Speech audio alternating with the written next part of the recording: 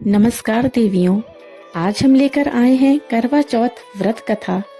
एक ऐसी कथा जो प्यार, विश्वास और त्याग की अद्भुत मिसाल है। तो सबसे पहले तो आप सभी को करवा चौथ व्रत की हार्दिक मंगल कामना। तो चलिए शुरू करते हैं करवा चौथ की व्रत की कथा।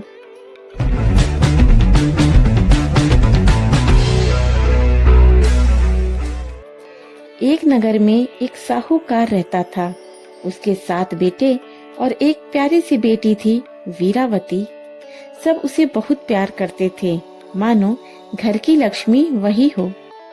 जब वीरावती की शादी हो गई तो उसने अपना पहला करवा चौथ अपने मायके में ही रखा। सुबह से उसने कुछ नहीं खाया पिया, बस पति की लंबी उम्र की कामना में तपस्या करती रही। शाम होते होते वीरावती बहुत कमजोर हो गई और कमजोर होकर मूर्छित होकर वह जमीन पर गिर पड़ी। भाइयों से उसकी हालत देखी न गई। बहन, अब चांद निकल आया है, तुम अपना व्रत तोड़ लो। लेकिन असल में चांद निकला ही नहीं था। भाइयों ने एक पेड़ पर दीपक जलाकर छलनी से दिखाया था, जिससे ऐसा लगा जैसे चांद निकल आया हो। वीरावती ने छलनी से देखा, माथे पर सिंदूर लगाया, अर्घ्य दिया, जल ग्रहण किया और व्रत तोड़ दिया।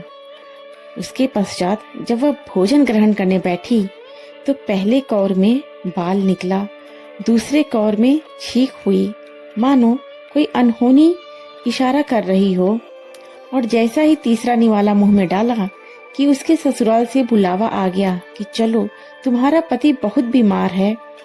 यह सुनकर वीरावती का हृदय टूट गया। उसे एहसास हुआ कि उसने व्रत अधूरा तोड़ दिया था। वह रोती रही, माता रानी से प्रार्थना करती रही कि हे माँ पार्वती, मुझसे गलती हो गई, मेरे पति को जीवन दान दे। माता पार्वती प्रकट हुई। उन्होंने बोला कि बेटी, तुमसे गलती हुई है, तुमने व्रत अधूरे पर ही तोड़ दिया।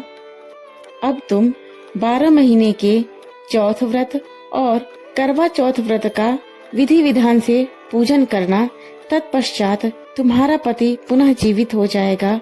वीरावती ने फिर से पूरे वर्ष कठोर तपस्या की, नियम पूर्वक करवा चौथ का व्रत रखा। उसकी सच्ची श्रद्धा और प्रेम देखकर माँ पार्वती प्रसन्न हुई और उन्होंने कहा, बेटी, तुम्हारा प्रेम सच्चा है, तुम्हारे पति को दीर्घायु और स्वस्थ जीवन प्राप्त होगा।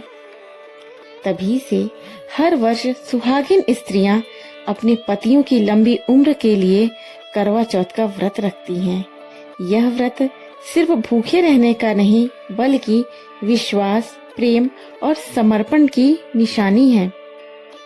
हे माँ पार्वती, जैसे आपने वीरावती पर कृपा की, वैसे ही हर सुहागिन के जीवन में सुख, समृद्धि और प्रेम सदा बना रहे।